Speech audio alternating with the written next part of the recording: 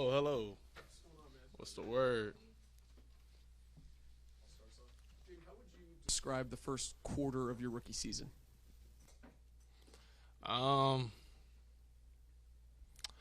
Eventful. And still room to grow. Um, yeah. And how would you describe your relationship with Bobby Wagner and what he's like in the locker room? I will say we have that bond and connection based off of the area that we're from. We're from the Inland Empire, so we kind of already bond off of that, but it's like a big brother, little brother thing. What have been your early impressions of Cliff's offense and just how things are working so far? Yeah, I mean, Cliff has been calling a hell of a games, I should say. He puts us in the right position, and we just got to go out there and execute. I like what we're doing so far, and we got to keep improving and keep going. What do you see from when you're watching defense and all that, how they're reacting to you because of maybe whether it's the concepts or the motion, whatever, the action of the play? What are you seeing from defenses? I don't know. I mean, I just react of what the defense does. I mean, I can't really explain what do I see from defenses. Some teams might have spies out there. That's what I see. But other than that, you're just reacting and adjusting to what they're doing too. Your offensive line, I'm sure we'd probably say, is helping you out so far. 100%. How would you explain to those on the outside how much they're helping you so far? I mean, they're keeping me upright. I mean, everything starts with them. So we wouldn't be in any of this position without them. So shout out to them. And Tyler Biotish, obviously the quarterback-center relationship is a close one in many ways. What's been key for you with him, both in terms of getting to know each other as people, but also his job on as the first line of defense in front of you? Communication. I mean, that's the biggest thing. That's what we preach on the offensive side of the ball, especially the quarterback, center, and running backs, because we all got to communicate where we're going, what we're doing. I'm going to be on the same page. Jayden, you certainly had a lot of success through the first 4 weeks of the season. So what's kind of the next step as part of the growth process for you? Keep improving, finding little ways to keep growing. I wouldn't say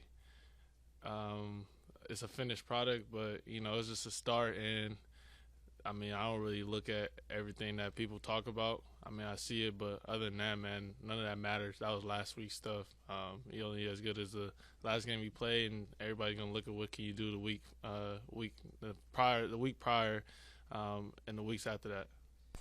And earlier today, Doug posted an awesome picture of yourself, Doug, and Michael Vick, kind of the evolution of the black quarterback. How much pride do you take in that and being a part of that, and what type of responsibility do you feel to kind of push that forward? A great sense of responsibility. It means a lot to me to be a part of a fraternity like that, and see those guys that paved the way for me to come and, be me in this league. So obviously it's a great sense of responsibility to go out there and inspire the next generation.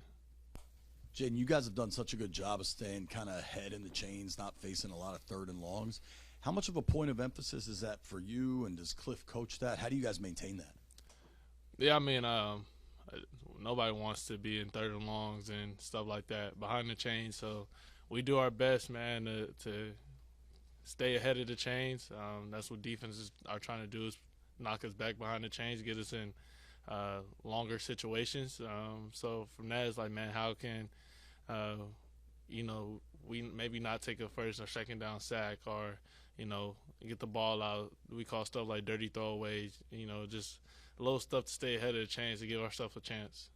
And then the last two games have ended with you running around high-fiving all the fans. Those are road games. How much have you appreciated having that many fans on the road, and how much are you looking forward to getting back home? I'm for sure looking forward to playing at home.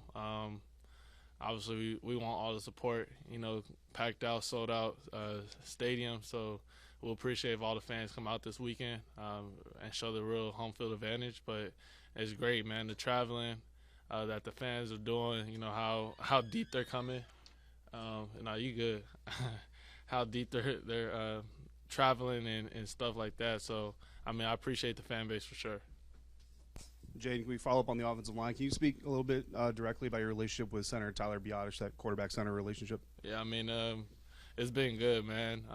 Anything I ever needed, man, Tyler is always there, always checking up on me. We check up on each other. So we're just building that relationship outside of football because, man, that's important for us to, not just me, but, you know, me and the whole line to get to know each other outside of football. Dan was talking a little bit about how as you guys were kind of building this out with Cliff, you know, you brought in some concepts that you were really comfortable with at LSU. What was sort of that process like with Cliff and kind of building the offense to where it is? Yeah, I mean, Cliff is very open-minded. Anything that he feels is going to work, or he'll try it out, man. And, you know, kudos to Cliff being selfish because obviously, you know, it could be that type of person like, man, this is my system. This is how we're going to run it. This is how we're going to do things. But, nah, he's just back there. He gives us the freedom to go out there and play ball. Hey, Jayden, got the Cleveland Browns this coming week. What are some of the keys as far as that you see that this team has to do in jump-starting quick with them? Yeah, it's a very good defense. They have good players out there on the edge. I mean, obviously, people know who they have. Myles Garrett and what he's done in this league. And you got some other guys up front. Very good linebackers that like to play down here, very fast, and then outside their corners, man, they believe in them a lot, and they're good players, so it'll be a good test for us. Jayden, your name has been everywhere right now with the highest number of jersey sales over the weekend and just all the different types of stats. How do you just manage staying focused while hearing all of that around your name and the popularity? Yeah, I mean, thank God to be able to be in that position, be able to impact people's lives and stuff like that. But, man, the main thing is keeping the main thing, man. That's football. How can I get better each and every week? Not get caught up in what people are saying or anything, because none of that really matters, because I could be playing good and then playing bad and people be thinking the opposite. So it's staying level-headed, go out there and just focus on what's up, what's now, and be where my feet are. Back here, Jayden, I don't know if you remember in the offseason we asked you something similar about what it's like, you know, getting everything that comes with being a star. You said, I'm not a star yet, I'm a rookie. But four games into the season now. No, I'm still a rookie. Yeah, I know. Question for you now is 4 games into the season, you know, you're having the success. You're being mentioned in statistics with some of the all-time greatest quarterbacks of all time. You guys are 3-1. Can we at least say star rookie now? And how do you feel about, you know, just the success you're having in that regard? Man, y'all can say whatever y'all want. I'm still a rookie in my eyes, so I let everybody else do the talking for me. I don't get caught up in that stuff. But, man, it's a blessing. Just the preparation, obviously the team believing in me, and we're going out there and competing every Sunday. Gotcha. Thanks. Appreciate it.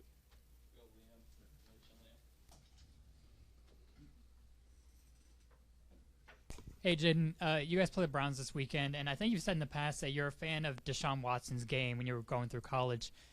Can you talk a little bit about what you saw and how you've kind of modeled your game after his? Yeah, I would say it's kind of different, but, man, back in those days, just the swagger that he played with, what he did at Clemson, and how he led those guys to, you know, back-to-back national title games, and won the last one, man. You know, just that swagger that he played with. Played one home game so far, but after these past 2 games with Bengals and Cardinals, I think there's a lot more energy around the fan base and around the folks that are showing up. What can a good home crowd do for you, and what's your expectations for what that stadium's going to be like on Sunday? Hopefully sold out. And I was kind of spoiled, you know, within the college scene of, you know, LSU and, you know, the SEC and stuff like that. So, I mean, just going back to that, man, just the home field advantage. Being loud, being on the field when the defense is on the field, just giving us that energy as you walk in the stadium. You feel that energy. You feel everybody's there. And you want to put on a show. So, hopefully it's sold out and we're able to go out there and perform in front of the fans. You keep yourself grounded. Coach was in here and saying how fortunate he was to be on that same journey with you. How much help has Dan and Cliff and Tavita been to you to make sure that you're keeping your feet to the ground? Man, honestly, we won't even really be talking about football. Obviously, they tell me, how proud they are of me and stuff like that. But the main conversation, like, man, how'd you feel? What do you think you can improve on? Stuff like that. So I appreciate those guys to, not really tell me what I want to hear, but what I need to hear, stuff like that. So it's just those honest conversations that we have.